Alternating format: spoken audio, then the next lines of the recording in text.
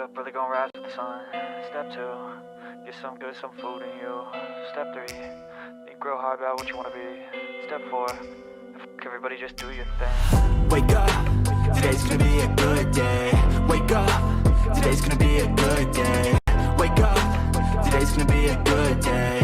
Wake up, today's gonna be a good day. Wake up, today's gonna be a good day. Wake up, today's gonna be a good day. Wake up, today's gonna be a good day. Wake up, today's gonna be a good day. Yo. Set your affirmations, aspirations. I got shit to do, the aftermath of preparation. Good food, good mood, blood in circulation. One step at a time, yeah, that's how you make it. Set a goal you control and the steps you take them. I try to pick one thought, make a mistake, it's called education. I try to do this every day, call it replication. Wake up, today's gonna be a good day. Guys, I can't hear anything. I'm gonna have to download. You guys are gonna have. Step 1, wake up, really gonna rise with the sun. Step 2, get some good, some food in you. Step 3, think real hard about what you wanna be. Step 4, everybody just do your thing. Wake up. Good Thursday morning to my beautiful coffee beans. Sorry about the hiccup this morning. That OBS is starting to get on my nerves. We got new equipment coming in this week, and hopefully our problems will begin to be getting solved. Wake up, today's gonna be a good day. Wake up, today's gonna be a good day. Yo, set your affirmations, aspirations. I got shit to do, the aftermath of preparation. Good food, good mood, blood in circulation.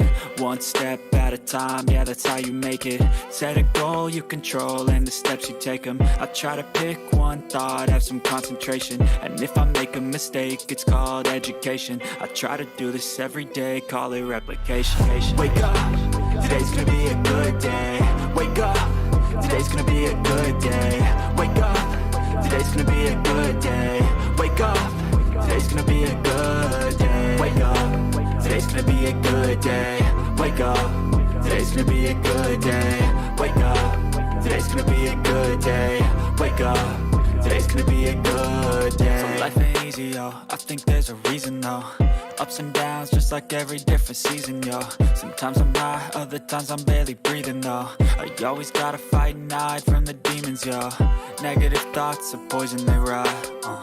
Head full of flies, so here come the clouds. They'll never stop unless I can swap all the bad for the good in my head when I'm lost. Yeah, so I'ma fake it till I make it. Positive thoughts are overtaken, I got patience. One day at a time is how you operate a cadence. A flow, you grow, you show yourself a foundation. Stay away from all the shit that causes temptation. I know that I like to do it cause it's sensation. I live my life in my head like a narration. Don't expect greatness, do my best, man, I'll take it. Wake up, today's gonna be a good day. Wake up, today's gonna be a good day. Wake up, today's gonna be a good day. Wake up, today's gonna be a good day. Wake up, today's gonna be a good day. Wake up, today's gonna be a good day. Wake up, today's gonna be a good day. Wake up, today's gonna be a good day.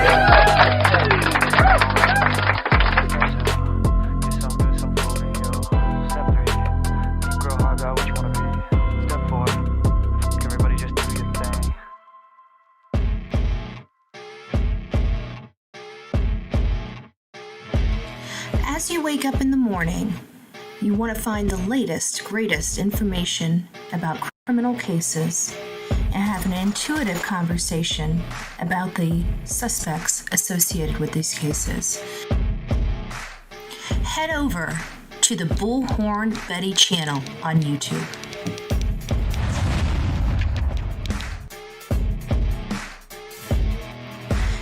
Breaking news right here on the Bullhorn Betty channel.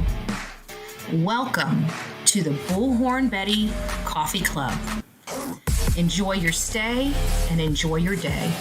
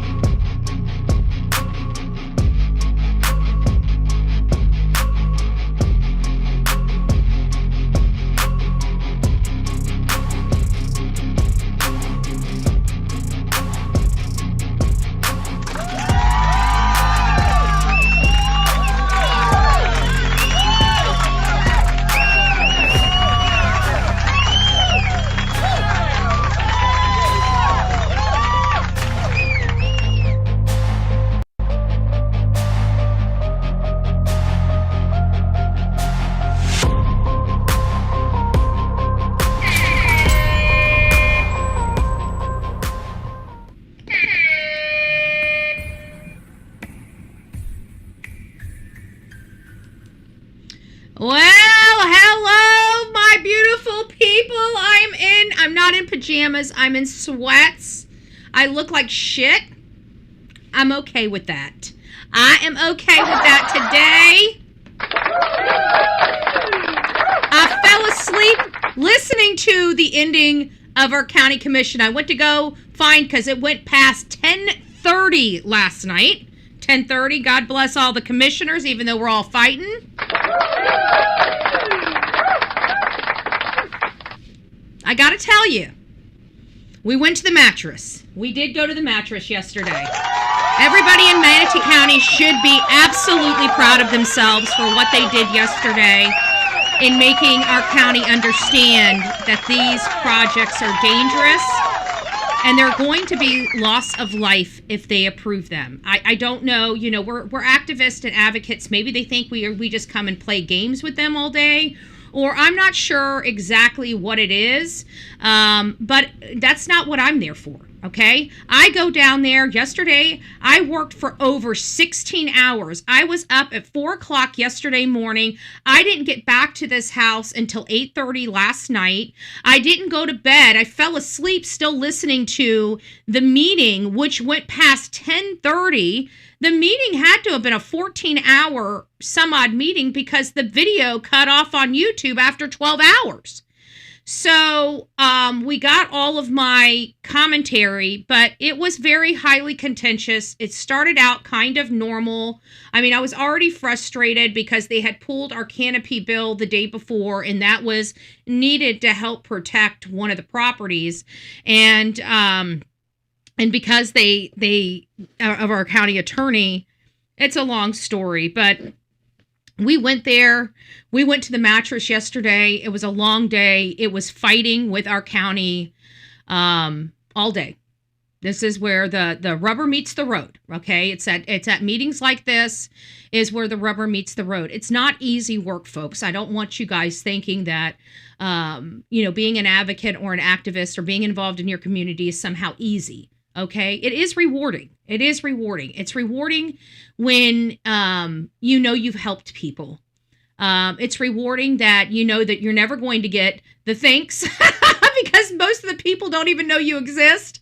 But there are people that fight for you guys each and every day. And if you guys don't have one in your own community, you need to be that person. Because I got to tell you, there's a lot of people in Manatee County that's out east that doesn't have to worry about their lifestyle being disrupted. Okay. And maybe some people don't really, maybe people that are in the cities, maybe a lot of you guys are city folks. Okay. And you guys don't understand the country lifestyle. But when you live in rural areas, you're choosing to live in those rural areas for a purpose, whether it's financial, whether it's just ease of, just a slowed down life, a country life, one that maybe you want to work on your own land, harvest your own land, be your own person. Whatever the case may be, maybe it's just solitude. Maybe you go out there just to be with nature. Maybe that's your forte. Maybe that's what you love. Whatever the case may be, you move in a rural area for a purpose. And our 40-year line was moved up their butts, okay? For no reason other than to pad developers' pockets. It was unfair. And it's created a dangerous situation on our roadways. And then we have an attorney telling us that we have to take it. No, we don't. Okay, no, we don't. And I don't really care for lawsuits because I'm telling you, clearly the county residents are tired. We had about 3 different attorneys in that dais that were not representing the applicants. Okay, so now our residents are having to bring their own attorneys with them to fight the county. I can't. That whole room, when we used to go to land use meetings, it was literally me and Glenn. There was nobody showed up, right? Nobody showed up to these meetings are boring. It was me and Glenn. No, we oppose. No, we're not gonna go. We're not gonna put houses out there. Sorry. Yeah, I've been sworn in on the record. Andrew, Manatee County activist. No, we're not. Sorry, let me wake up a little bit. No, we're not going to. We don't agree with that, right? Like once upon a time, it was a snore fest, in the land use meetings. Like, we couldn't get out of there fast enough. But it goes to show you the failures of our county, because people don't show up when things are functioning, right? People show up when it starts affecting their life. That county commission meeting, folks, stayed full well past 10:30 at night. If that doesn't tell you, just show you. I mean, you don't have to you don't even have to know what the argument's about. When you hear stuff like that, you know the county is failing. So I'm going to take a few moments. I'm going to show you some of the contentious spots. I'm not going to get too far to the end because it's a 12-hour video. I think I spoke 4 times. Either way, we'll pull it up here. This was my nice tone. The first one's Betty in her nice voice, okay? The second one's Betty in her "you don't want to piss me off" voice, and it went to everybody, okay? So we're going to go with nice Betty, okay? Not Machete Betty. Machete Betty comes up next. Stay tuned. Andrew Griffin, Manatee County advocate and activist, and I'm going to kind of piggyback a little bit. This is related to the canopy order came up before all of you, and it was withdrawn yesterday, and of course the people on the phone weren't allowed to speak about that. And I just don't take my voice away from me, guys, because when we had Attorney Clegg here, Attorney Clegg would address the board and say, I would not recommend it because of XYZ. However, if you choose to do this, this is how I recommend it. Now, I'm having a tug and pull with our county attorney because she's not giving you. She's basically acting as an 8th county commissioner by saying no.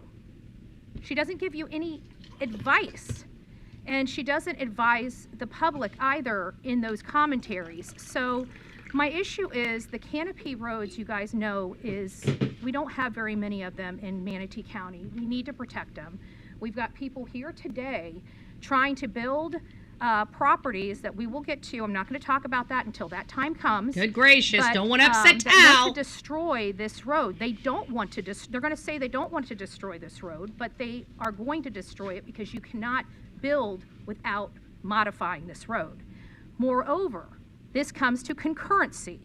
Those roads cannot handle any more cars on them out east. This is a blanket out east issue, and we are capped out. Thank you. Right? I mean, we have a $50 million bond. We're done. So I'll say hi to you guys in just a second. In this county, that's the issue we have. And then we already have, and I know Commissioner Cruz has stated that the traffic is actually helping people. It's helping slow people down so people don't get killed out on the roads. Well, then why do we have so much more deaths on our roads in Manatee County today than we did before all of our roads went from C's to F's? Just asking. So again, we spent $3 million yesterday for preservation of areas in this county, but we can't preserve our canopy trees. And furthermore, I was in front of Senator Jim Boyd, and he says that using that is a cop-out. His words, we had about 10 to 12 people in that room, so I'm sure if you guys reach out to Jim Boyd, he will say the same thing. He used the words cop-out. So, again, having a problem with our county attorney. All right. And if you guys are wondering, I want change in Manatee County. People are, they're getting worried because they know we've got enough support and we're going to be able to make some changes in 26 and further finish up those changes in 28. And, I've already made it very clear. I want a county administrator, a national search for a county administrator, because I want a county, and I specifically said this. I didn't show you guys that. That's at the meeting that I did the day before this one, on Tuesday. And I specifically told under our future agenda that I wanted the county administrator replaced with a national search, somebody unaffiliated with Manatee County for the sole purpose of being unaffiliated with our staff to make staff cuts and decisions. There are several staff that are toxic and they're just bureaucrats. Okay. I'm done. Okay. You start twisting, when I put people or work with groups to put people in those chairs, and I spend my time, my money, and it is, right? You guys just watched me sit in a meeting all day yesterday, right? We could have done a lot of work here. I could have done a lot of different types of advocacy around this country in the day that I spent sitting in a chair listening to this horse crap. So it cost me my life, okay, my time. And I do it for free. I get no paycheck for sitting in that room. Zero. Okay. I do it for the love of my county. And to have employees that are representing our county but have completely different ideological feelings about our county or doing underhanded stuff because they're social warrior justice warriors in our county, we're going to have some problems with that. Maybe they now don't rise to that level, but there's a lot of corrupted practices because when you have employees in play for 20 years, 30 years, what you have is you've got developers calling them directly, calling them at their house, knowing them on a personal level, pushing stuff through underhandedly. And that's where we need to nip that crap in the bud in our county and counties across this country as well. So this was the nice one. Now we had a situation where that guy right there, that's George Cruz, okay? This man has lied to me. He promised me that he would work with me to get a national search. Now, I worked with him to remove all of the, speed camera lights, like when you run a light and you're not caught by an officer. I had all of those removed from Manatee County. It was one of my legacy initiatives. George Cruz helped me with that. This love-hate relationship I have, it actually is just a hate-hate relationship that I now have with George Cruz, was never that. The one reason why I supported this man was because I felt that KVO was being disadvantaging this man, right? And so I came up to bat for him because that's what I do. If I see somebody being disadvantaged, if I see a voice being silenced or stifled, I stand up for it, and that's what I did. George really was drunk when he wrecked his truck. He was shit-faced drunk, okay? I saw it with my own eyes. I saw the camera footage, yet I went up there to soften the blows so he didn't get removed from that seat. Because Carol Whitmore, which is now buddy with and best friends with, was wanting him to be fired. So it tells me she has something else over his head, and I'm pretty sure he probably had another affair on his wife. Now, that's just hyperbole and opinion, and I'm entitled to it, and he's a public figure, and he's going to have to deal with it. But Carol definitely has something on it over his head, because you don't go from hating someone that has already exposed one of your affairs to being best friends with that same person that almost tanked your marriage, right? Wouldn't you guys agree?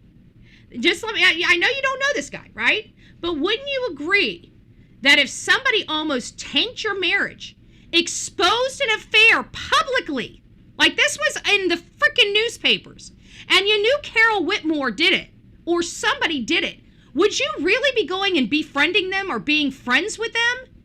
No. So obviously, Carol's dangling something else over this man's head. And she's also probably putting in his ear that she can put him in place someplace higher up the food chain. Well, if you haven't noticed, Bullhorn Betty took her off her throne several years ago, with the beautiful help of a lot of people, but that was my initiative. I wanted Carol Whitmore and Misty Servia off that board, and I wanted them to know that I worked that hard to make sure that was possible.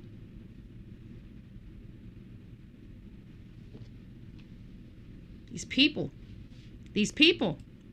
he's being loyal to the wrong ones. Just saying, not playing. But he's going to have to learn the hard way, but that's okay. He wanted to pop off at the mouth. He wanted to be disrespectful to Dr. Bob McCann, a commissioner that I highly respect. And one of our employees decided to pop off at the mouth too. Okay. Now, do you guys know me allowing anybody that works for anybody, period, to talk to their boss like shit? Have you guys ever known me to be okay with that? Okay. I'm not. If you guys didn't know before, you guys know now. I'm not okay with that. And I'm going to put the hammer down, because you do not want to try me. I have a First Amendment right. We're going to get into that because Tal tried to alter my speech under oath. And so there's going to be some complaints probably filed out of this meeting alone. upon the advice of the Planning Commission that we put in place. So they asked for a continuance because it takes time to put together a new report so they can make any modifications based upon the denial of the Planning Commission before it comes in front of this board. I'm glad you know that, because certainly the public didn't know that. Right. And when I asked for on my briefing, you know, I did not get the same answer you did. Exactly. Commissioner Thank you. Phelps. I think we've mentioned this before because we end up with a lot of continuances. Basically, just put it out there why they asked for a continuance. It's in the public record anyway. This would avoid the last 10 minutes, and it should be on the agenda. Request for continuance because requested because of this. Easy, end of story. Thank you, Commissioner. Just waiting on your vote for the continuance. Oh, I was hot because you Okay, guys, that we gets saw the continued soft with a stuff, vote of but 6 the to 1 with mouth. Commissioner McCann in opposition. We'll go on to the next item. Let's accept motions to continue or not Oh, to it's still not continue. there. Hold on. Make a motion to approve continuance. Motion to approve the continuance that's to right. March 5th by Commissioner Cruz, seconded by Commissioner Ballard. Any public comment? And that's on when the I popped up. continuance? I was just letting the Not other item, one just go. the continuance Look, of it. look, he's walking up. Oh, yeah. They knew I was pissed. Andrew Griffin, Manatee County activist and advocate. I just want to remind Commissioner Cruz he is no longer the chairman of this board. I don't think. I don't Okay, see how first this is and relevant foremost, to the I want to continuance. make sure that that is on the record here, And- that George Cruz is not the commissioner Andrea, or the chairman Andrea. of this board. Let's Breathe. breathe. Okay, now the second thing related to this continuance, I think we all have the same questions. You know, when these things keep getting kicked down the road, we the people have the right to know. And I have been up here at least 4 meetings telling staff we need information on the agenda. Yet week after week, we come here and guess what? We have to ask questions, and then we hear condescending comments from commissioners, condescending comments from our employees, and I've about had it. So let's go ahead and be a little more respectful here. When a commissioner asks a question, maybe other commissioners be a little respectful and show grace to commissioners, because I'm not the one. God bless. I was Okay, pissed. Glenn. Listen to Glenn. For the record, Glenn Giublina, so tough act to follow. He was going up and he's like, I had this like raging bitch face on, and he was walking up to the mic, and I turned around and I said, I'm going first. He's like, whoa. They knew, they could see on my face that, and of course George got up and left the room shortly after those comments were made. But you know what? At the end of the day, we're sick and tired of the bullshit, okay? And I'm sick and tired of the employees thinking they run the show. Baby, none of y'all run the show, okay? We the people run this show. Let's just be clear. Let's be very, very clear for Manatee County to understand we the people run this show, okay? And yesterday was high tension. The developer, listen to this, the developer made a comment. Oh my gosh. We're going to get on. Don't worry, guys. We're going to get on from this, but I figured since you guys didn't see me all day yesterday, you might as well figure out what the hell's going on in my world, right? So probably a poor choice of words for Pat Neal. Pat Neal, $2 billion guy, $2 billion, you know, in the coffers, developer, big guy. Okay, I don't care if you got money. I don't need a job, and I damn sure don't need friends, okay? Just saying. So, anyways, he made a comment about pizza earlier in the meeting. And I don't know if it was just because maybe pizza was on everybody's mind, or, you know, what the case may be, but he says something about pizza. Well, you know, we take a break. Now, we've never taken a freaking dinner break before. I mean, we've been there. I mean, I think I've been there physically in those seats until 10:30, 11 o'clock at night. You know, somebody's been there even after midnight. So, I mean, some of these meetings really do drag on, and you can't adjourn them until they're complete. So, long story short, I just never heard of a dinner break. I mean, it would have been nice 10 years ago, But apparently it's a new rule. If we stay there past 6, we get a dinner break. Who knew, right? So anyways, the staff starts coming out with pizza. And you guys know, I'm like, the blah, blah, blah, you know? The blah, blah, blah. So I walk up to Pat Neal, again, $2 billion guy, okay? He's a big cheese, okay? I walk up to him with a scuff on my face. Did you buy the employees' pizza? Did you buy the employees' pizza? He's like, no. And then the clerk said, I ordered the pizza. I said, okay. I was just checking because I'm telling you, I was about to go off. I was about to drive home in that 30 minutes to get my bullhorn and my signs. I wasn't going to go in there with the bullhorn. I was going to stand outside. Corruption lives here. I got the sign for Sumner County, but I'm going to have to use it in Manatee County because corruption lives here. So I was upset yesterday, to say the least. It was not a good day. So they screwed up the last part of this meeting because they wanted us, and that attorney right there, Attorney Vogler, don't start pissing off the residents. You know, when you start telling them that they can't attest to this and they can't attest to that, then I got to bring out the old, we don't need an MDA degree or, you know, a PhD degree for common sense, right?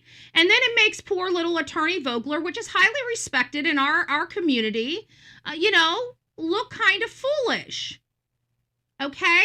I don't need a science degree. I don't need an arborist degree to realize when we have canopies on a so wide road that there's no place to widen that road. And we know this is just a step. Oh, we're not going to touch the trees, only these first 2 trees. And don't worry, they're horrible.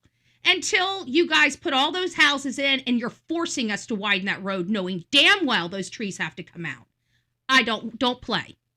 Don't play. All right, guys. So now that you guys see what Andra activist, Manatee County activist does, it's a tough job, I will tell you. I'm not happy with everything. I felt beat up.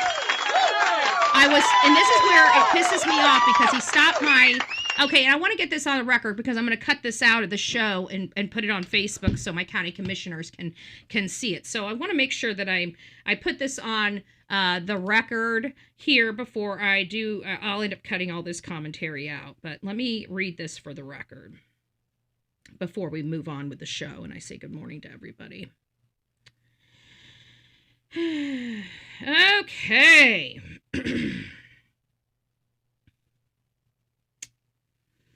So, my constitutional rights in these meetings, and this is for Tal Sadiq, the illegitimate chairman of the Manatee County Board, and he's illegitimate of this chair, an illegitimate chairman because he was elected by rigged vote. And I want to make sure that's also on the record. Not very highly respectable, integral type of actions, to say the least. At a public meeting of a government body, the board creates limited public forum when it opens the floor for public comment.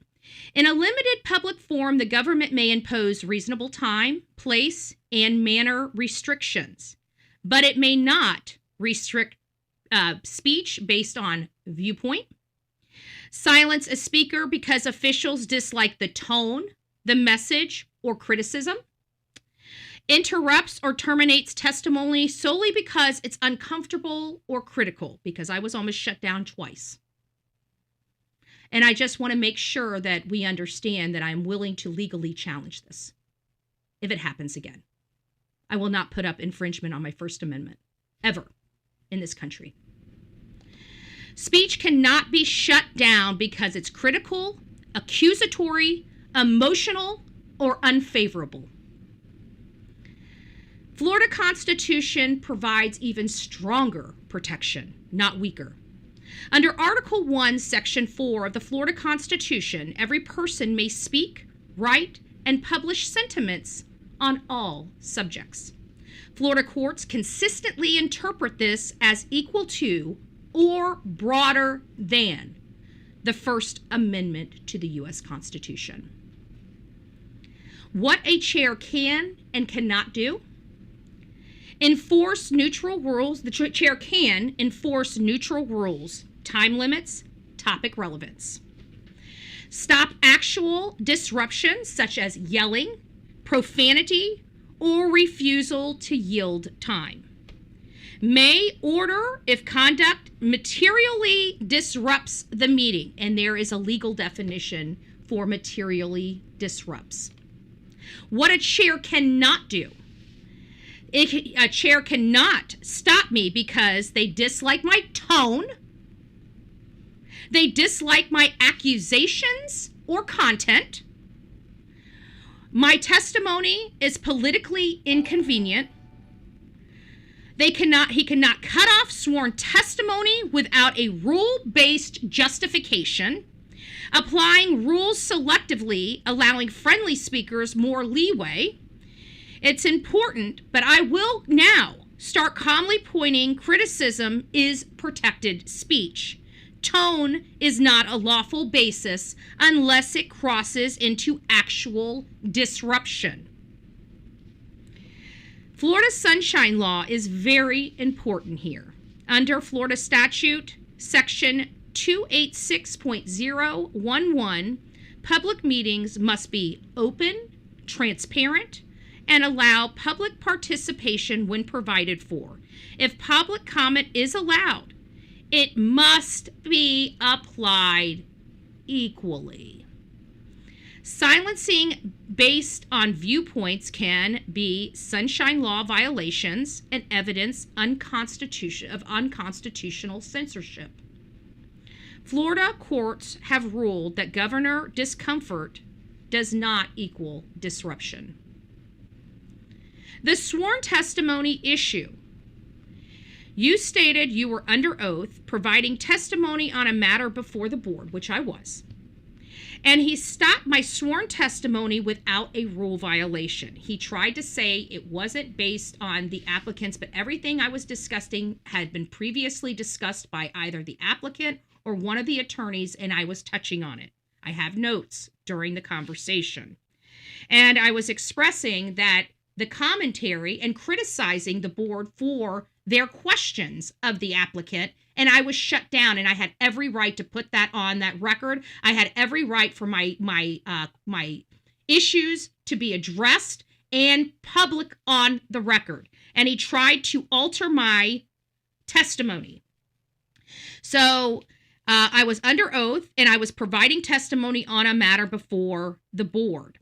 He stopped my sworn testimony without a rule violation, raises due process concerns, creates a record of content-based censorship, and is especially problematic if the testimony related to government misconduct, public safety, and fiscal or ethical manners. I'm allowed to discuss the questions a commissioner asked an applicant.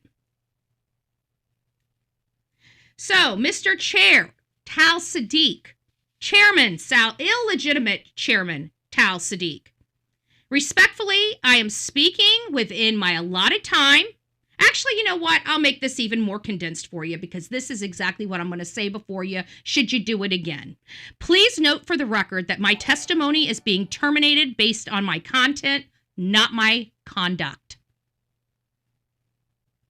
Because of who you are and work, we document everything because documentation matters. So we have videos of the meeting, agenda showing public comment rules, and written rules cited by the chair. I also want to make sure that the chair knows that their ordinances that are not approved by the state of Florida or the Supreme Court of the United States do not trump my constitutional rights. So, now that we've got a law lesson, you can take that to our county attorney to see if I'm accurate. And I'm pretty confident I am. God bless. Okay. Oh. Shake it off. Shake it off. Shake it off. Shake it. Okay, I'm done. I'm done. All right, guys. We had some interesting schnizzit going on that's not part of our show. Okay? It's not part of our show, but at the last minute, I decided to incorporate it into the show because I thought it was freaking interesting. Guys, you guys know, how many of you guys know that we went over to Venezuela and we captured one of the largest drug kingpins in the world known as Nicolas Maduro, acting as the illegitimate president of Venezuela? If you recognize that, if you remember that happening just a few weeks ago, maybe a month or so ago, raise your hand in the chat. Just, you can put a hand up. You can put an emoji up. You can put one of the coffee beans up. It doesn't matter. Just acknowledge that you remember Nicolas Maduro being brought back to the United States. If you guys remember that, I remember that. We covered it here on this because everybody was like so selectively outraged, right? We had the Rand Pauls. Oh my God.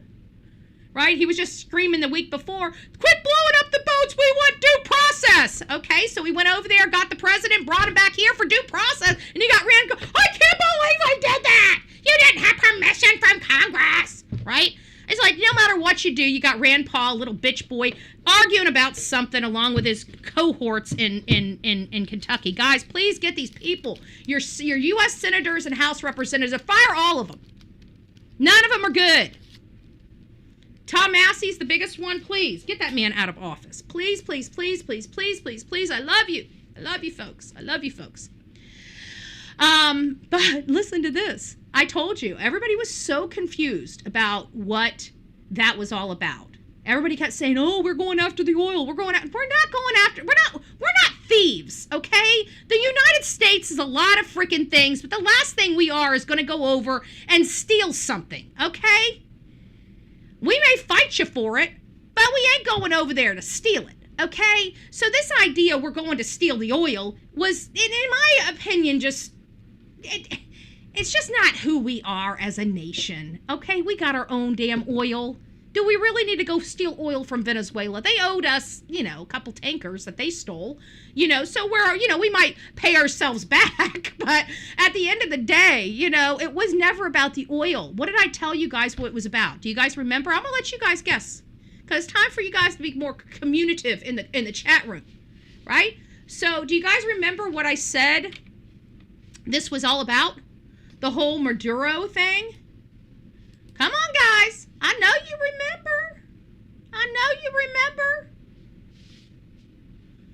We're gonna wait. Hey, I'll get to you guys. I'm gonna say hi after this little skit because we still have to start. This is not the show yet. This is just the pre-show. Many of you are like, it's too damn cold for this shit. I'm going back to bed.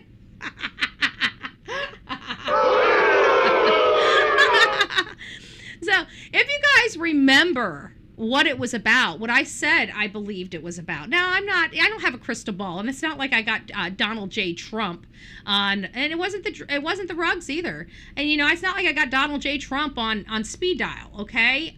But I know the plays. I know kind of where we're going. And it was never that. I said it was the voting. It was the rigged election of 2022. It was the voting machines. All the voting machine businesses originally generated from Venezuela. I found out that Nicolas Maduro, was responsible of rigged elections throughout the world. He wasn't even just here. So like George Soros and like the Muslim Brotherhood or whatever are all, the CCP, Russia, they're all in bed with Venezuela. And Venezuela was carrying out a lot of the heavy lifting in controlling the elections around, the rigged elections around the world. So all these people, that's why I started coming out and talking about these politicians being installed, because that's what was happening. They were being installed because everybody wants to use these voting machines, and the voting machines are rigged. They're riggable. They're you can break into them. Somebody in Venezuela can change the votes in an American election. They have a back door, and we knew it existed after the 2020. We didn't really have a whole lot of evidence prior to 2020. We did. We just looked the other way with it or tried to diminish it as being real legitimate evidence. But because this election was so big to rig, they had to literally fraudulently produce millions and millions of ballots to try to invalidate a lot of red ticket ballots. And what they ended up doing was fraudulent. And it created situations like they had all of these votes, and now they had more votes in the coffers accounted for than they had people in their state. Okay? Like, this was serious stuff. Like, how the hell do you have 8 million voters or ballots when you only have 5 million voters? You see what I'm saying? And if you had to create 3 million votes in a state, if you had to create 3 million votes in a state that had 5 millions, the majority of that electorate body voted for Trump. Because you had to create twice as many alternate ballots to disadvantage those things. So if you had 3,000 ballots, then then there must have been close to 4 million people voting. I mean, it's crazy. The numbers are crazy. And like Wisconsin is a prime example. They have 8 million people on their voter rolls, but they only have 5.4 million people in their entire state. So states like that, it's pretty stinking obvious. And so if you're wondering why the feds are saying, wait a minute, you need to turn over your voter rolls, it's because of that. You have more people on voter rolls by millions than you do actual citizens in your state. And so now you're starting to see why it's so important to show those bodies, i.e. illegal aliens in those states, right? So no matter how you look at it, it's fraudulent. So this comes in the next story that's not really even part of this show. You guys know we've been fighting this since 2020. Well, the federal government, some information, because it's been going on for years, something changed since the arrest of Maduro that got the feds a search warrant for Fulton County ballots. A federal judge signed the warrant, folks. That's correct. Breaking news. Sources say FBI completed their raid at Fulton County election hub. DNI, Tulsi Gabbard, came and left without speaking to the press. I'm told around 700 plus boxes were loaded into at least 3 moving vans and have departed the facility. And this was reported originally by Lindell TV. And since then, I have found out their location, I think, is going to Quantico, because that's in Virginia. And I heard that these are heading to Virginia. So I can't imagine that they're going anyplace else but Quantico, because they're saying that these were manufactured ballots and they're going to be inspecting them. I think we truly are about to understand how many people were installed in this country. I think Tim Walz was installed. I think the mayor of New York was installed. I think the mayor of Virginia was installed. I think Gavin Newsom was installed. I think Krasner, the DA, was installed down there in Pennsylvania. I think these all are illegitimate elections. I really do. I guess only time will tell, that's just my opinion at this point. Only time will tell whether that holds water. But if you guys were around and you watched 2,000 Mules, there's no dispute in your mind whether this was the 2020 elections were rigged and how they were rigged. It wasn't. See, the Democrats want you to believe that you have to have this mega million person operation to steal an election. But it wasn't. They only needed to have several ballot, drop-offs, stuffers. You only needed several of those to come several times a day to increase the ballot number enough, because some of these areas were only won by, a few hundred or a few thousand votes. They weren't even really that much over between one or the other. But when you saw the 2,000 Mules and you saw these people with plastic gloves and masks over their face, power shoving ballots into the ballot boxes, you realize something was going on. And when they were pulling up, they were making sure their license plates were obscured. They were making sure that their faces were obscured. They were even wearing latex gloves when putting in those ballots into those ballot boxes. So I think we're going to find out something, and I think that they were able to get the necessary information to find out from Maduro. I really do, because everything with this election integrity and the shift and the mood around the world when Maduro was brought back to the United States was pretty chilling. This was a big power move for the United States, and I'm glad the United States took it, because it let the rest of the world know you don't fuck with USA. Excuse my language on a Thursday. I apologize. I know you guys don't like listening to that nasty language, and I'm sorry, it just rolls out. I don't think that anything else really provides the energy that sometimes the words do, right? And at the end of the day, none of this was possible until Maduro was in our clutches. And I think that he was already debriefed and deposed before he even landed in the United States. Did you know that? They must have interrogated him on the plane. That's the only thing I can think of. Oh, I remember the suitcases. What does it say here? Good morning. Okay, guys. So let me just go through this, and then we'll get started on our morning. So it says that they've been there. We've got some officials. You can see the officials are nervous. I think it seems. It seems to me that they're nervous. You can see it in their face. Because if you try to rig an election, you're going to jail. Okay, anybody involved in that, you're going to prison. You're going to prison for a really, really long time. This is not going to be a slap on the wrist. So you politicians that were doing underhanded shit, I would be very scared. Because we're coming. We're coming. I pray to God Pam Bondi has the balls. Because if she doesn't, I can tell you MAGA does. And MAGA is going to ruin her reputation and her career ever moving forward. She's a young lady. She's got a long life ahead of her. She doesn't want to monkey F with the MAGA movement. And she's starting to monkey F with the MAGA movement. It's not going to end pretty for her. It really isn't. So I don't know what to tell her, but I pray to God she's got the balls to carry this forward. She's obviously got us here. Now they have been removed from this facility, out of our control. We don't know where they're being taken. We don't know what's going to happen to them.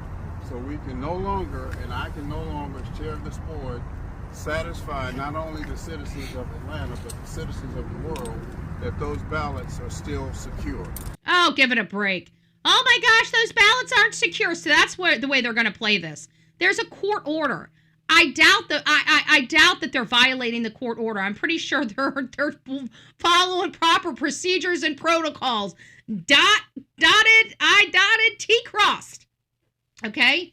T crossed. And I bet you they have different agencies monitoring it. They know how dirty these Democrats are. They watch them steal a freaking election, right?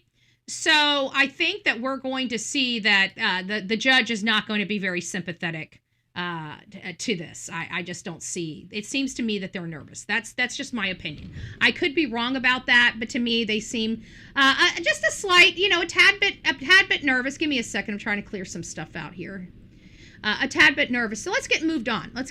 And here we go. New York breaks the FBI search an election center in Georgia for a number of records related to the 2020 election, an official said. The building has been at the center of President Trump's baseless claims for the election. It's not baseless. I can tell you that me personally, you guys know how well I research crap, and I'm telling you, it is not baseless. It is not baseless at all. This is something that I've believed for a very, very, very long time. A lot of my constituents around this country that are part of the MAGA movement, part of the Republican Party. There's a lot of Democrats that also voted for our president in 2020. They wanted change, and that change for them was stolen. And then they were called Uncle Toms and some other racist names from the liberal white women and white people. right? The ones that are, I can't believe in racism, yet they're the biggest racists in the world, right? So I hate cancer in our country. I consider white liberals cancer. If that offends you, this is probably not your chat. So have a great day. God bless you. We wish you no ill harm, but we believe in the way we believe. The negative IQ bananas and rice Somali. And this is one of the greatest days in American history. A reminder that every single time a Somali does a press conference, it's a bad idea. It's always going to backfire. Whether it's Guy complaining that his fake daycare was broken into while wearing $3,000 pair of designer sunglasses, or whether it's the girl who messed up big time by saying fraud is bad. I understand. Fraud is bad.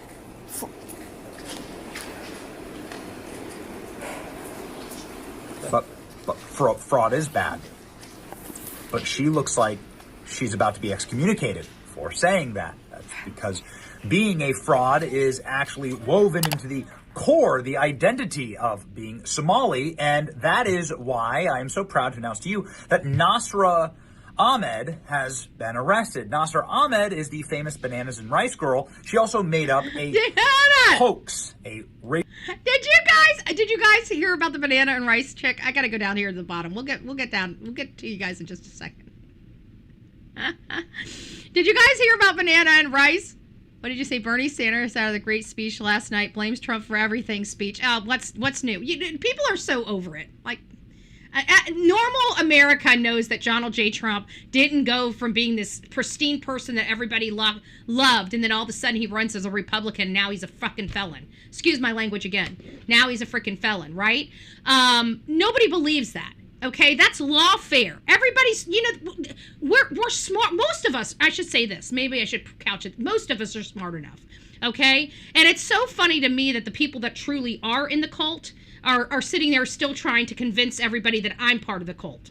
Like, you're the one that's calling for death, right? You're calling for all these horrible things to happen to people. We're not doing that. So who do you think really is in a cult? You think it's the lady that's a nurse that says she wants to see Caroline Leavitt be, ripped from sternum to, from front to back? That's calling me? That says I don't want violence in this country? They're calling me the cult follower? Me? While they're calling for the execution of people that don't believe the way they believe? And I'm the one in the cult. Oh, okay.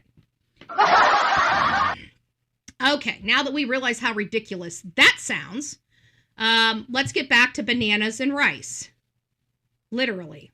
Racial hate hoax about ICE agents. It turns out that she was the one who was spitting on ICE agents, and she did a press conference. Always a bad idea. Nonetheless, Nasra Ahmed said that she was a victim and she was kidnapped by ICE and called naughty names. We're the racists. She then went on to geniusly describe America and being in a Somali as banana and rice.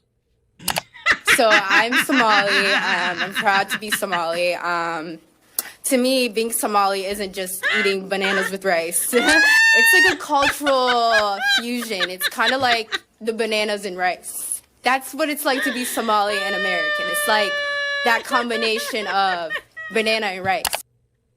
You can see why they call her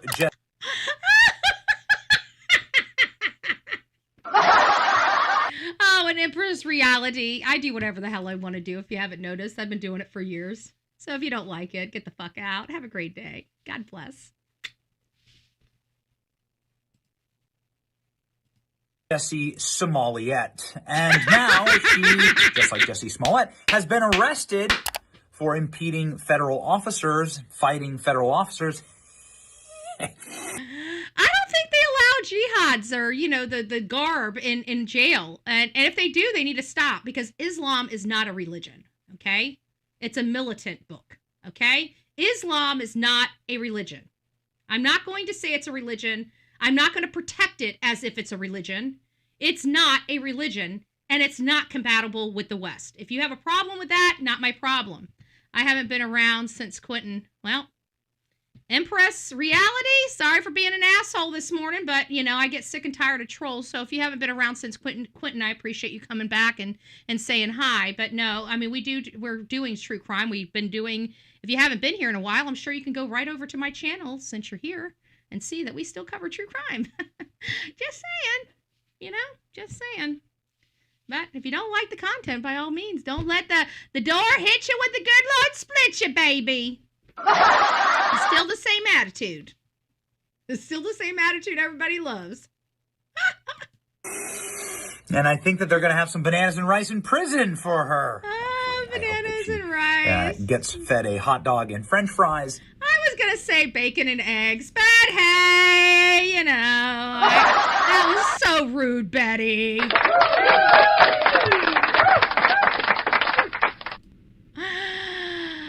Oh, sorry, not sorry. Okay, for the folks out there in the back, Chuck Schumer. He really affected me. I took a healthy break after he got little justice. Yeah. We all need a break from true crime every now and again. I'm still covering true crime. I'm covering the case of Sebastian Wayne Drake Rogers. We're going to be moving in to help Ellen Greenberg and start bringing some attention to that case, and really shining a light on the shitty DA that's in Philadelphia, Pennsylvania, DA Krasner. We learned about him when he got a young 20-something-year-old killed, right, by his policies. She lost her life because he let a man walk free. And he not only did he let a man walk free, he had enough to charge this man and put him away for a really long time and chose to drop the case. So, and then the stupid parents of this victim, right, he goes and stands next to him for his re-election campaign. Their daughter is going to a gravesite because of his policies, and they want this man reelected. It is disgusting. It is sick. I'm never going to stop talking about that.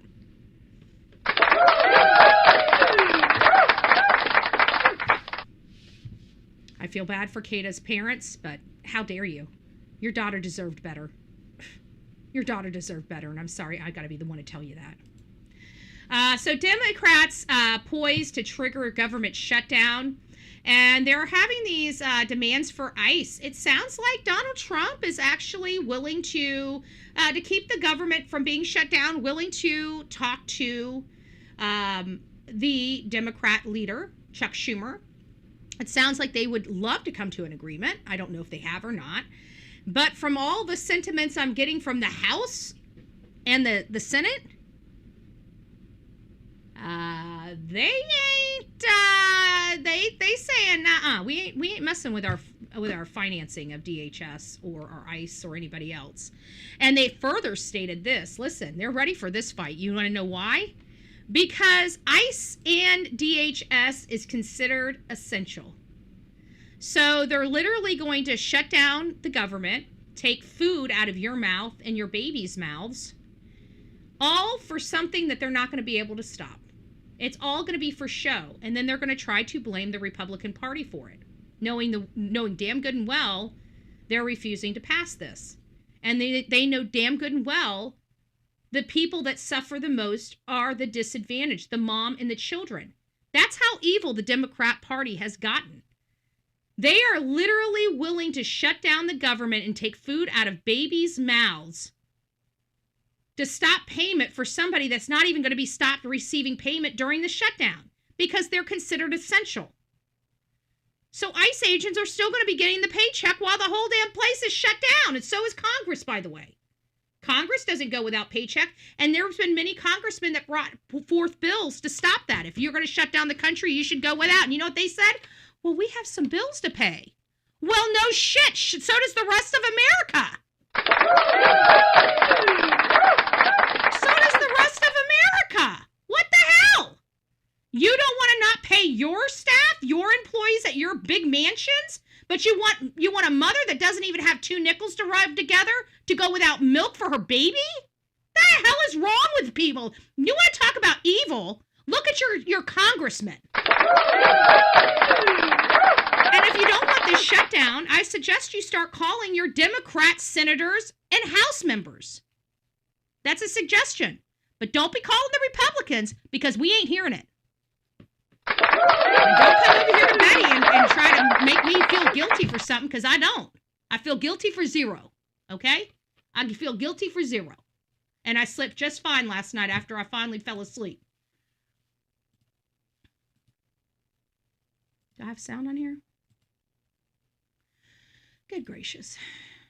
Okay, well, apparently I don't have sound on here, and every time I hit something, it's gonna...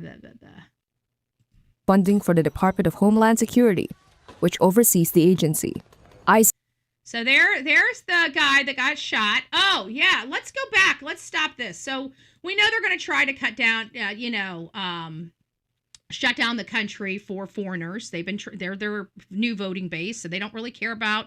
Remember, they used to be the Hispanic. We have the Hispanic vote. We have the black vote. They always like to marginalize us in skin color at the Congress level. So they no longer have that because, to be honest with you, I think Trump talked to people, and it's like, you guys have been voting the same way over and over again for 40, 50 years. Where has it gotten you? And I think some people stopped and said, he's right. Where the hell has it gotten us, right? So they realized they were losing support that they've had for 40, 50, 60 years.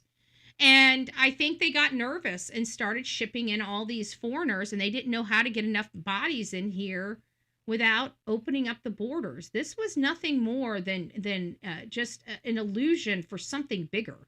And we all know that. I mean, common sense tells us that. At least I think it does. But either way, let's get on with the newest information that we have. So let me go ahead and read. This is the morning show. We're going to get started with the morning show. I think I already went through the blackmail shutdown. But I'll have my commentary on that in just a few moments as well. So good morning, everybody. Where we stand today is we're going to stand with President Trump. We stand with law and order, and more importantly, we stand with our children. Today, Democrats in Washington are threatening to shut down part of the federal government, not because they want to cut waste, not because they care about your gas prices or they care about your grocery prices. It's because they want to handcuff ICE after a series of shooting in Minneapolis that left 2 people deceased. And again, those 2 people that are deceased because of their own poor judgment. At the same time, judges, politicians who go soft on baby killers and child abusers walk around with almost no accountability.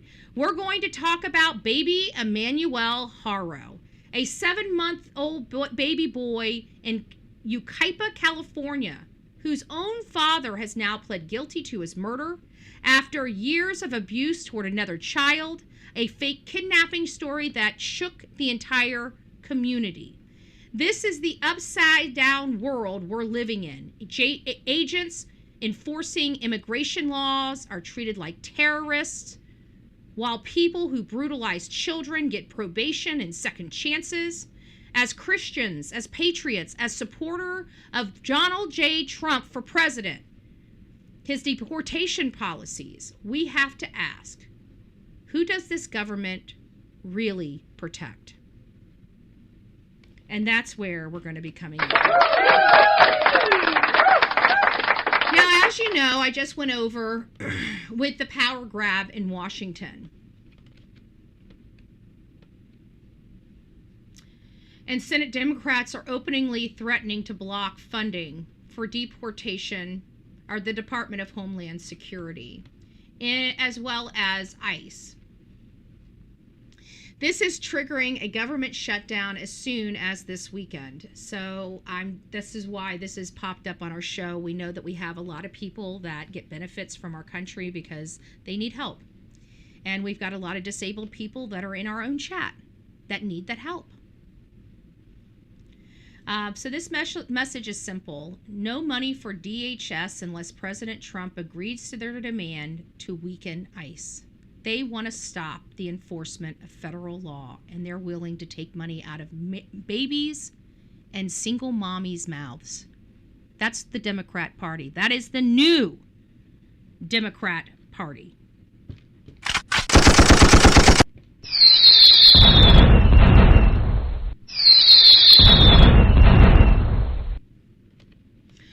According to the Associated Press and other outlets, Democrats want three big things. They want masks off, body cameras on, and new limits on so-called roving patrol in cities with stricter warrant rules that would make it much harder for ICE to act and to arrest illegal aliens in the field.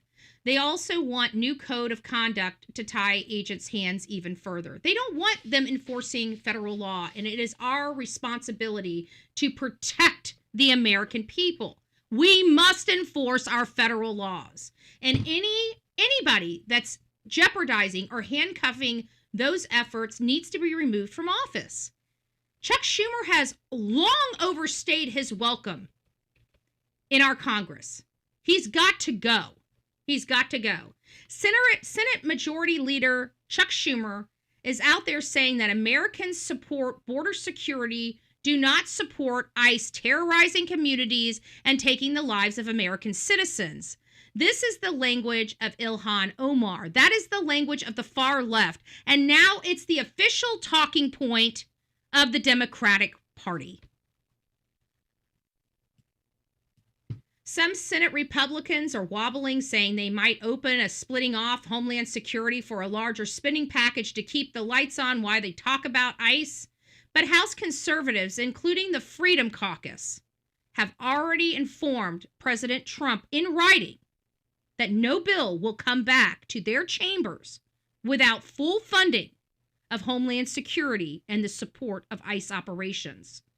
This is a line in the sand for many Americans here. We want our DHS running. We want our ICE patrolling our communities and taking bad guys, illegal criminals, off of our streets. There is not one person that is here illegally that didn't break the law, okay?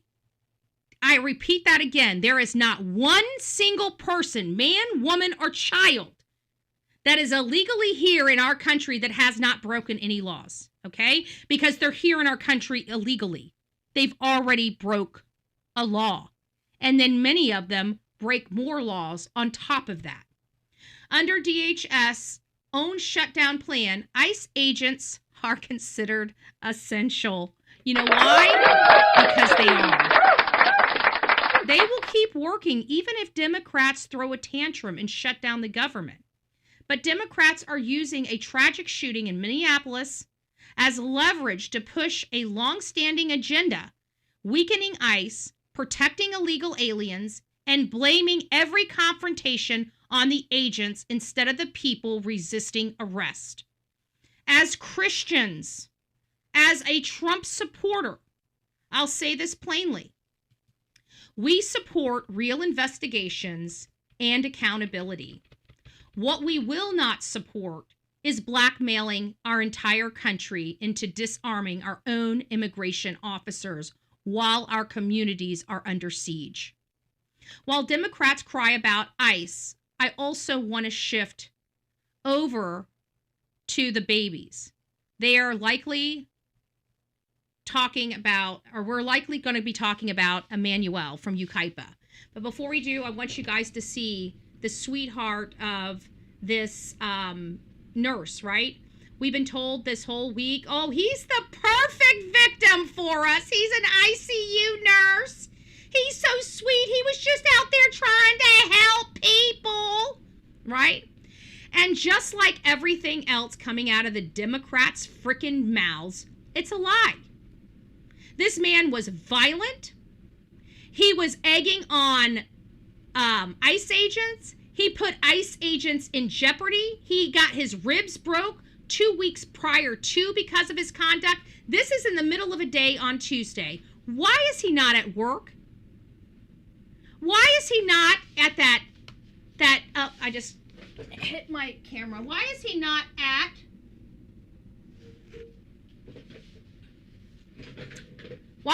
work? The sweet old nurse. Oh, let's see how sweet this sweet old nurse is, right? Let's see.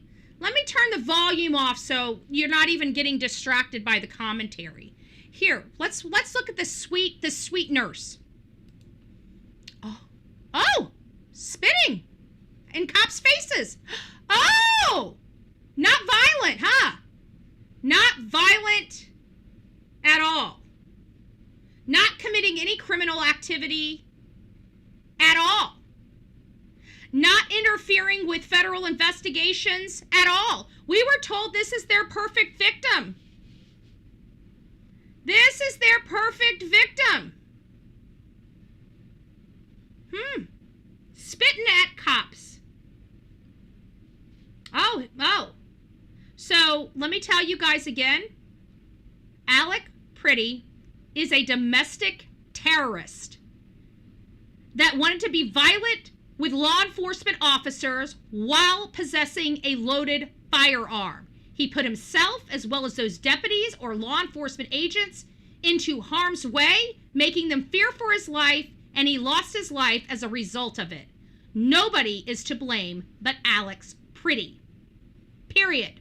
And the people that funded him, the people that trained him, and the government in Minnesota.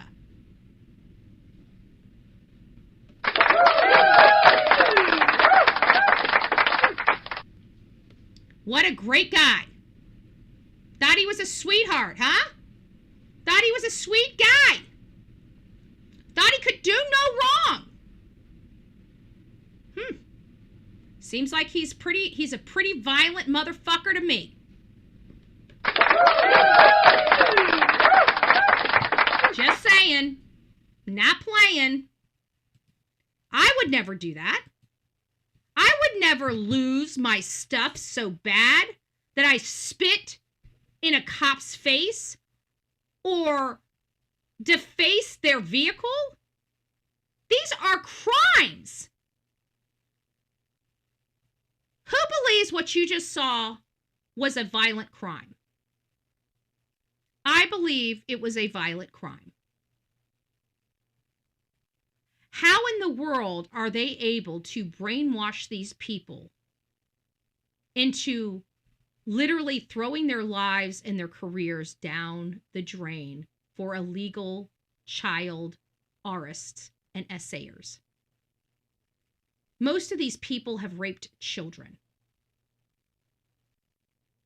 And they need to be taken out of our country. And you've got these hotheads, including that nurse, alleged nurse, in the street, beating up cops for taking these criminals, these violent criminals that have ruined lives out of our country. If I could bitch slap every single protester out there, lawfully and legally, I would be out there bitch slapping every last one of them. We can't bitch slap the protesters. So, unfortunately, all we can do is make fun of them. And then we can, when they decide to jeopardize their life and do suicide by cop, well, we can bring them up here and make fun of them. Do I enjoy doing it? I do not. I get no joy out of calling this man a domestic terrorist to his family. No joy at all.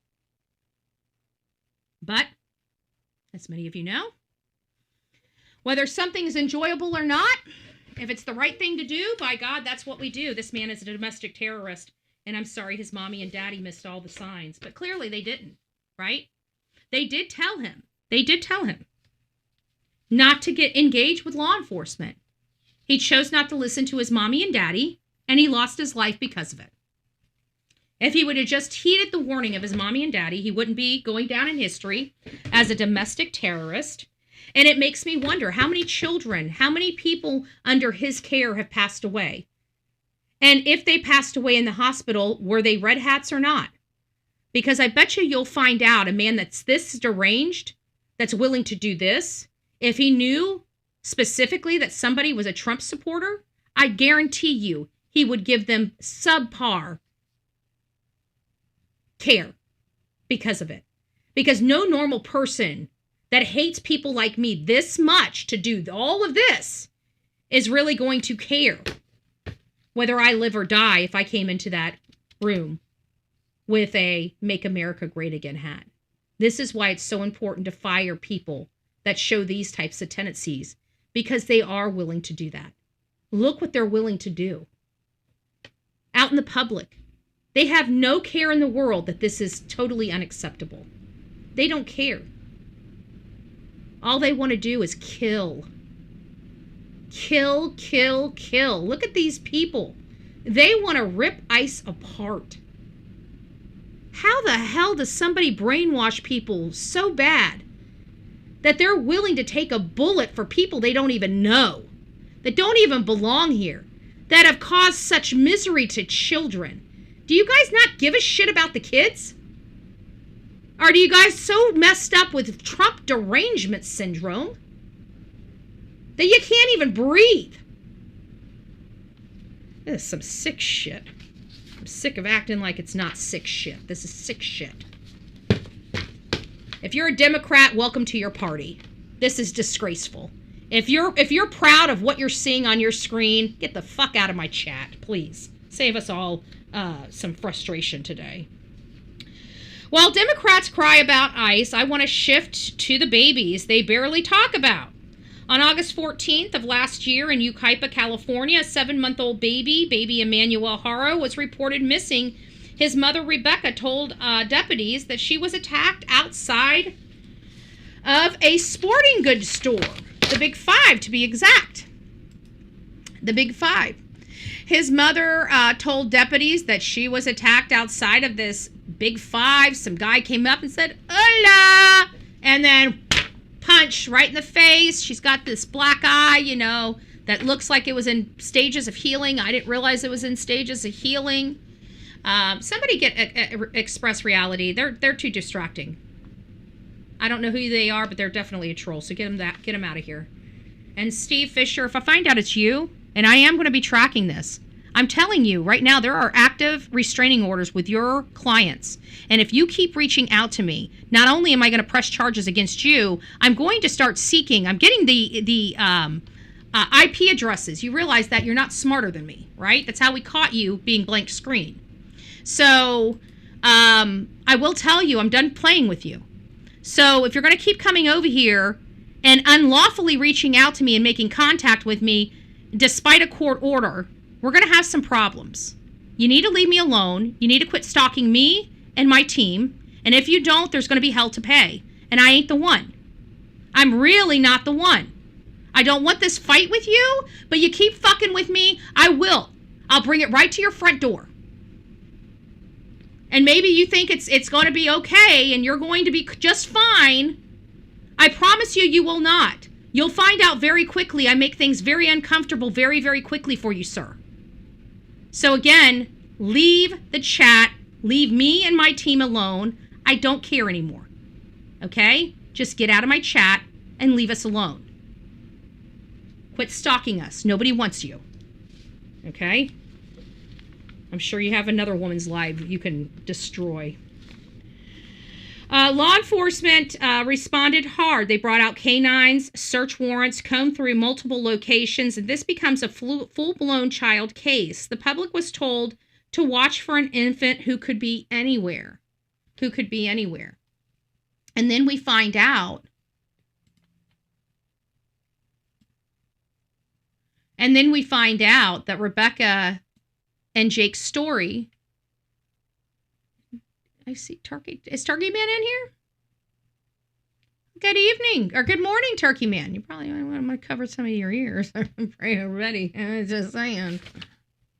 Just saying. But as the investigation went on, detectives found serious problems with their story, according to the sheriff's department and court documentation. So on August 22nd, just over a week after Emmanuel was reported missing, both parents were taken into custody and arrested at their house in Cabazon, California. They were charged with murder and with filing a false police report. Authorities stated that they believe Emmanuel was deceased at the time of the search and now about finding and still have not found his remains, but are in the process of searching for them. According to the reports, I think they've given up looking for him. It gets even darker. Prosecutors later revealed they believe Emmanuel was severely abused over a period of time and that he died because of that abuse. At a press conference, Riverside District Attorney Mike Hestron called out the fact that Jake Haro had a prior child abuse case that rendered one of his children, a female child, almost deceased, but mentally She's only using 8% of her brain. And then they decided to cut a deal with him, only giving him probation after ruining this beautiful little girl's life. Now, you fast forward to October, Emmanuel's father, Jake Haro, stood in court and pled guilty to murdering his 7-month-old son. He cried while he gave the plea, but it's not going to bring Emmanuel back. And of course, his wife, Rebecca, now faces charges for on an amended complaint in ongoing proceedings. So think about this. The system knew this man was dangerous to children. A judge put him on probation anyways. Years later, we have a dead baby, a fake kidnapping story, and parents charged with murder. Where's the national outrage in this case? Where are the shutdown threats over judges who let abusers walk free? The same people screaming that ICE is terrorizing communities are mostly silent when it comes to holding soft-on-crime judges accountable for decisions that cost babies their lives. It's a double standard, and it's frustrating. And now we go back to Minnesota. We have to go back to Minnesota because we got to talk about Ilhan. Oh, we got to shut down there. Where's my Ilhan?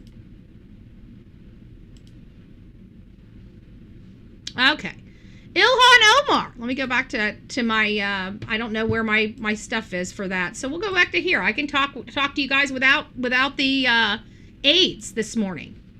Because Ilhan Omar, it seems like, set up this whole, thing.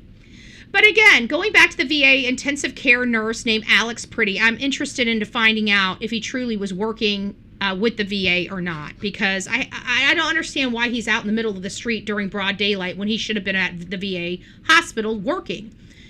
He was shot multiple times and killed by Border Patrol agents working under Trump's immigration operation in Minneapolis. This was the third shooting by federal agents and the second loss of life after the killing of Renee Good and wounded Julio Sosa Celius, which sounds like he deserved it as well. It seems like all three of these people were responsible for their own actions and why they got shot.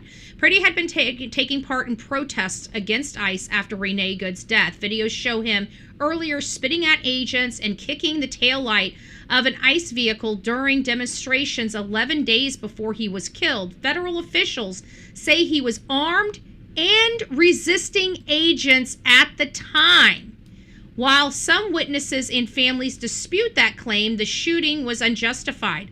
I'm sorry, I do not believe the shooting was justified. Here's the issue that many people don't understand, okay? You do not have to, an officer nor a human being, like here in the state of Florida, I don't have to wait until you point a gun at me and are ready to shoot before I take your life and stand my ground, okay? In the state of Florida, if you make me fear for my life, either that you're going to hurt me with bodily injury or death, okay? That's the only criteria. I have to be in fear, okay? If I'm in fear, I don't need to let you pull out that gun. I don't need you to almost get a shot off before I use lethal force here in Florida. And the reason why I'm using myself instead of law enforcement is because I'm a normal Joe, okay? And I'm allowed to protect my body, okay? So when you have law enforcement that are trained to protect others and themselves, they have a lot more broader discretion than I do. They have police rights. That means they have broad discretion. And when they're they're carrying out federal orders, you're impeding federal operations, federal crimes. And then you're resisting arrest? The only people putting themselves in jeopardy for death are those protesters. They're taking a huge risk fighting armed agents. And listen, again, they don't have to wait until the gun is out. If they know you're in possession of a gun and you're resisting arrest, it is proper for them to assume that you will grab that gun. They have a right to use lethal force. You're taking a big risk by defying federal agents when they are trying to arrest you.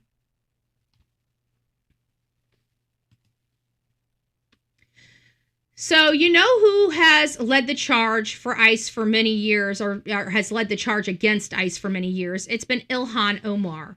And I find that problematic because she put in policies and procedures in her state that allowed her own people, the Somali population, to rob the state blind. And I understand they don't like white people. And I understand that they use this racism or calling people racist to try to keep them in line. But if people are like me, and I can tell you there's a lot more people like me than you'd think, we don't care what name you call us. We still want you to pack your ass up and go home. Okay? Just like that. We'll give you the airfare to go. Okay? We'll help you pack. Right? I want Ilhan out of here. I want her family out of here. I want the people that she brought over here to rob Minnesota blind. I want them all kicked out of this country. And I want them all kicked out of this country and never be able to come back.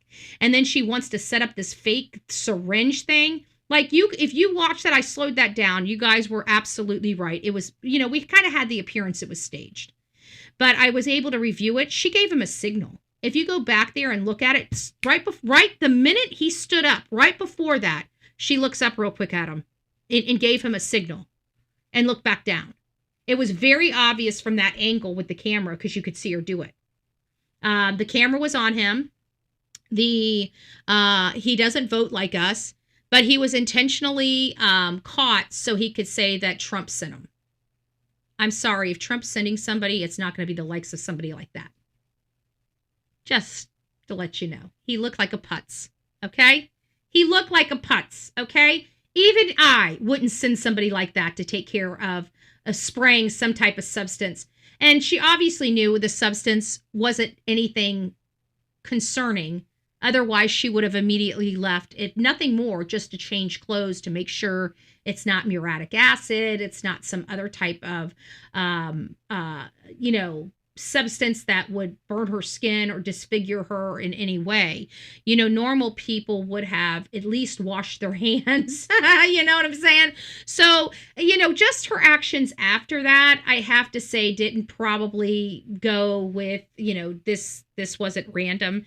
So he sprayed, then slowly backed until secure. Yeah, I know. Yeah, you start seeing it. You have to watch. You didn't even have to slow it down. I didn't have to slow it down at all to see what was going on. I just let it go at the same speed. There's nothing really to see slowed down. But everything that you see, you get to see in full speed. You get to see her there. You get to see her look up at him and then him pop up out of the seat and run toward her. Security was late at the draw. And then all of a sudden it took he was already down on the ground, but they had to get the cameraman there, we're like, oh yeah, they had the cameraman, they had to get the cameraman there, it was just crazy. It was like, you could tell it was staged. I was a little iffy, but we can say one thing. Ilhan Omar is not the innocent, sweet little girl that everybody tries to make her out. She's a very nasty, vile, foul-mouthed woman that had no problem pulling her hand back to act like she was going to punch this guy. So we know that she can be violent, okay? And I can attest just off that, she probably most likely has abused somebody. Nobody just runs toward somebody that's trying to attack them, that's backing up from them. You see what I'm saying? It was really weird.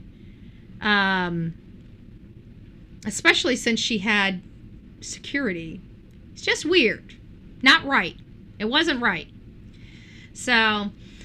anyways, guys, we don't have a whole lot to really go over, but I do want to make sure. I do want to go over the stuff with Alex Pretty. I'm not going to, sit here and go with what everybody wants you to go with and say, oh, this poor guy, he put himself into this. I don't care if you call me, you come here and say I'm victim shaming. Damn right I'm victim shaming.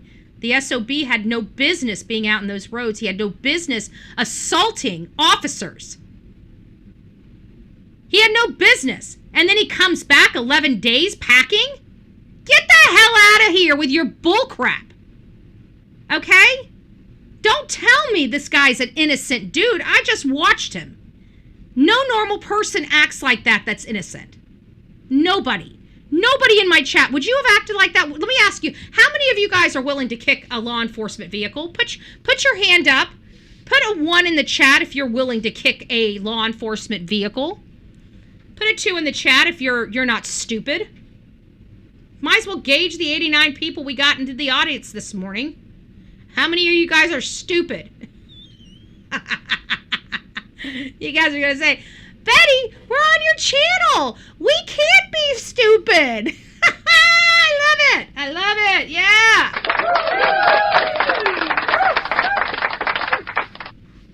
You got to hit 2. The real me too. Your nope is a 2, not a 1. That's okay. We'll forgive you. She's like, damn it. Nobody, if you're going to kick a truck 1, if you'd never, nope, ever, it's a 2. Okay? Nobody is stupid enough to kick a vehicle. Now, explain to me, because what we saw in that man's face was hate and anger.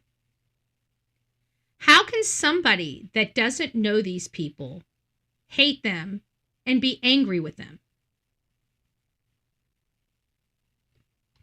You guys understand that? This man had harbored hate in his heart. And people are trying to say that he's the perfect victim. They've used that word. He's the perfect victim. They can't say anything about him. The hell we can't! He's a freaking domestic terrorist! And you know what? I'm sorry he made the decisions he made. I would have preferred a lot different for him, but I didn't make those decisions for him. He made those decisions for him. Okay? I am just... Oops, wrong thing. Hold on. I'm just saying that... Sorry. There we go.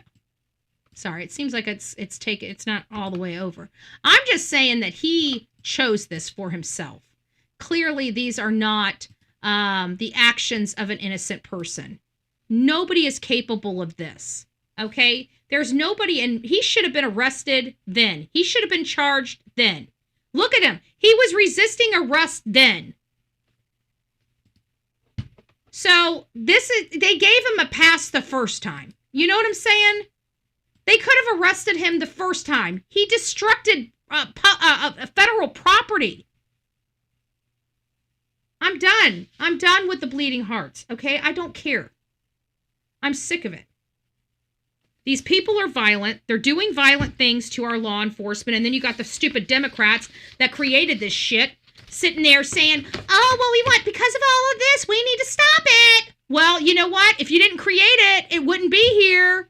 You know, it's awfully funny that we've got stuff going on in Oregon, going on in California, going on in Maine, going on in Tennessee, going on in Florida, going on in Georgia. But the only place that's losing their shit is Minnesota. I wonder why. Out of 50 freaking states, we should not be working with Minnesota. Okay? We should not be working with the Democrats. This is poor policy from the Republicans. We are not reaching across the aisle on these matters. What you need to do is end the filibuster and let's start doing what we need to do to save America. That is the only path forward for the MAGA movement. And we got too many snakes and slime balls in our own party that's preventing us from moving this country forward in the right direction. And until we start holding politicians accountable, which we're not, because we got blonde bimbo Pam Bondi, and because of that, we are never going to get past this. We're never going to get past this. This is a Christian channel, but we're tired of being pansies and pawns. We have to come from a place of strength. Okay? It doesn't mean we're rugs. It doesn't mean we're walked over. We've got clergy men and women to pray over this. But we also need people to be out there advocating, right? And sometimes advocation is uncomfortable. Sometimes commentary is uncomfortable. But it still needs to be had. It still needs to be had. As we Christians, just to let you know, did you hear what I said? As we Christians, we believe in both mercy and justice. Mercy for those who repent, which many of these do not repent. Mercy for those who repent and seek the Lord, but justice for those who prey on the innocent, especially children, especially our ICE agents. Here's what I believe we're called to do. Stand with President Trump and the men and women of ICE who are trying to enforce our laws and protect us. Demand that our justice system treat child abusers like the life and death crime it truly is, when real prison time and permanent removal of abusers from our children's lives. We need the permanent removal.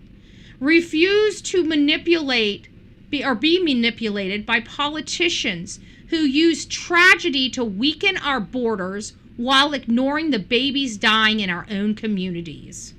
I want to challenge you to call your senators and representatives.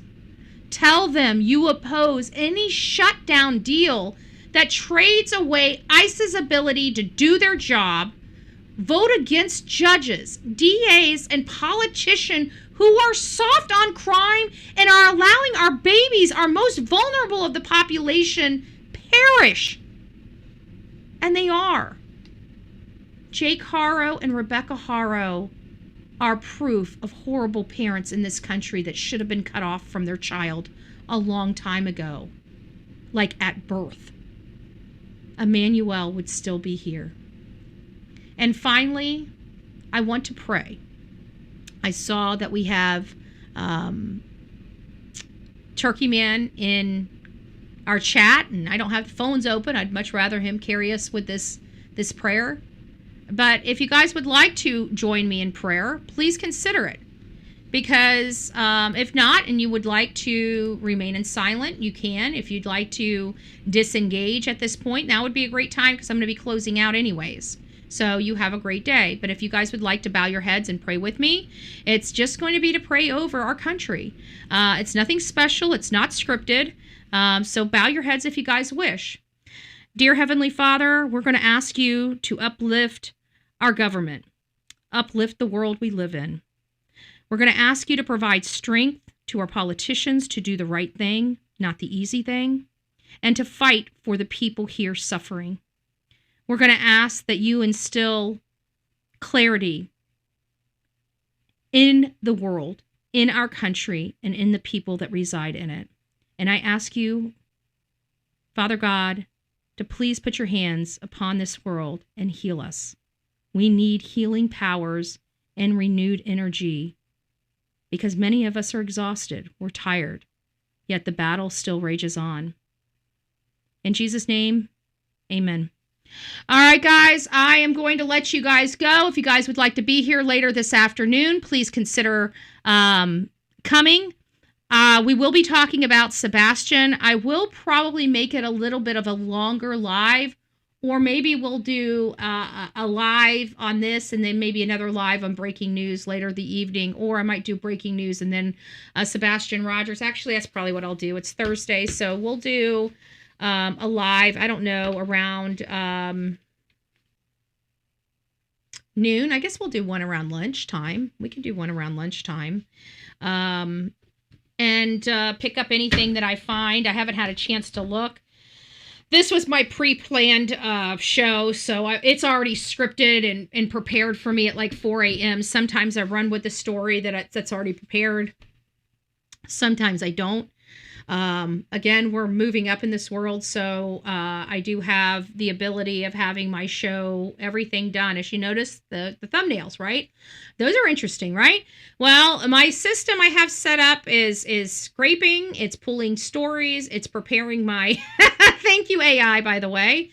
It's preparing my scripts, my production notes, and even sourcing every single one of my videos. So, I've been a little bit spoiled, but it doesn't cover everything. I only get that once a day, And that's why we run the show first thing in the morning. It's based upon the most relevant information first thing in the morning. And then, throughout the day when people wake up and are getting the crust out of their eyes, we'll run with a different story that might resonate with them a little bit more. But one thing I was finding out by doing these single stories like Sebastian Rogers is we miss regular news. There's a lot of shit going on in this country, especially right now. That's like it's worrisome. We're all a little worried. We're wondering where we're going. It sounds like, I'm going to tell you, if President Trump is going to, Greg Bonvino going back to the border, and then, if they start working with the Democrats over the immigration stuff, I think it's going to hinder the MAGA movement quite a bit. And I think it's going to hurt morale for President Trump from his own base. I think it's very, very dangerous over this commentary the most, because 77 million people are demanding deportation of illegal immigration. It is a top priority for the people that installed and voted for President Donald J. Trump. Okay, we voted. He got in there. You know they were trying to rig that election too, but it was too big to rig. So we have him, but the major thing for all of us was immigration. This was our line in the sand. We were done being invaded. We were done being robbed blind by the benefits and stuff like that. It really pisses me off that we've got homeless vets out there on the roads sleeping with no roof over their head, and an illegal that doesn't even belong here gets a roof over their head, car payments, money, and dental. Okay? No. If we have the money to do that, then we have the money to do that for our veterans. And if we can't do that for our veterans, the hell with people that shouldn't even be here. And if you don't like it or that sounds bigoted to you, it is not my problem. I don't care. You can call me whatever the hell you want to call me, but I'm on the right side of this. So at the end of the day, we're done.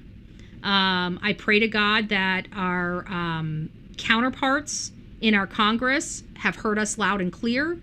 If you are on benefits and you're worried, my suggestion is really start getting groups together and start calling your they're going to be the ones that oppose this. Okay, we're not going to give up our ICE. We're not going to give up our deportation because of your benefits. Okay, I know people kick and scream and say they'll never vote for Trump because of this. If you're not going to vote for Trump because he's got a backbone, then you were never really a Trump supporter to begin with. Sometimes we all have to make do with what we've got.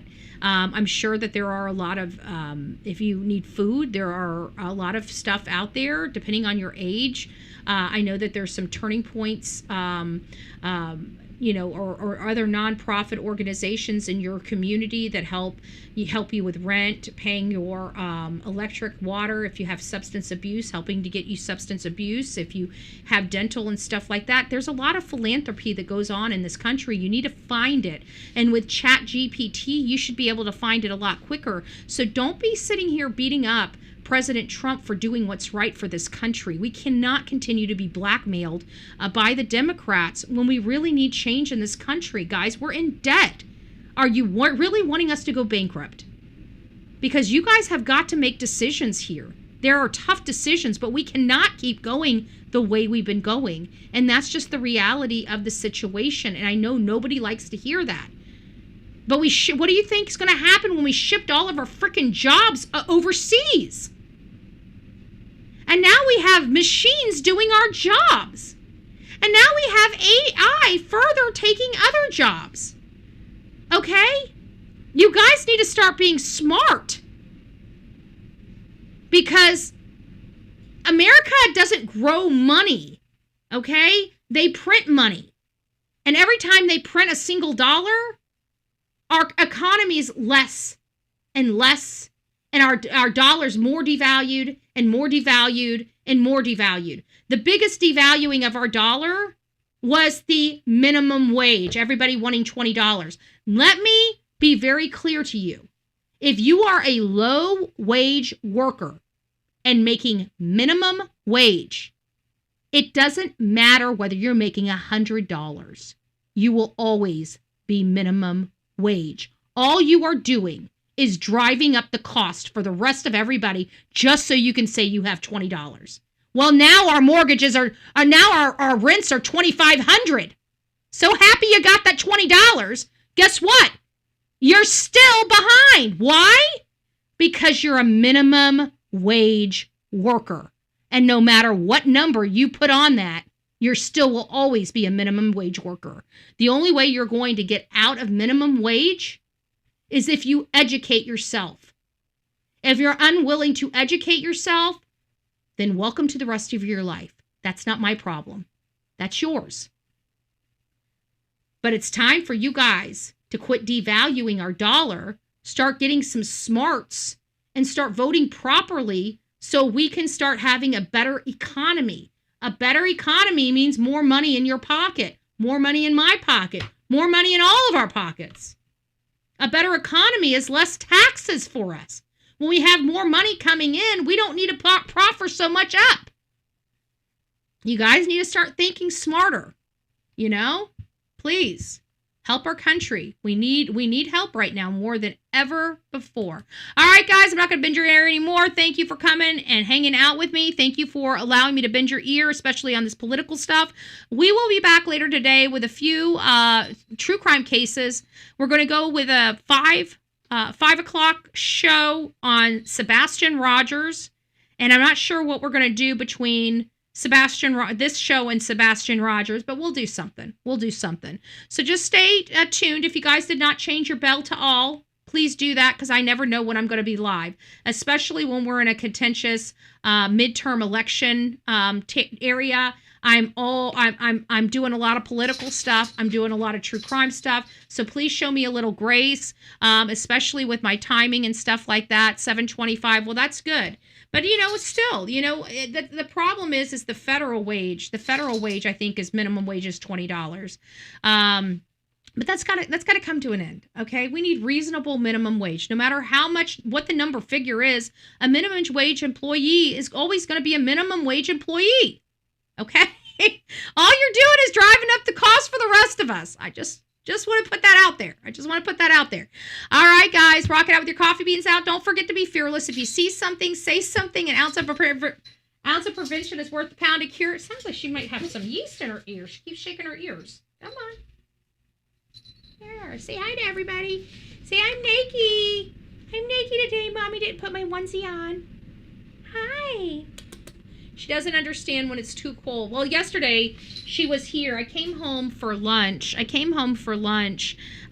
take her. I ate lunch, but we still had an hour after lunch. So I came home, took her out and, grabbed some more coffee and then turned around and went right back up there. And I stayed from there from 12 to literally, actually, I think I got back there around 1. So 1 to 8:30. So I stayed there another 7.5 hours.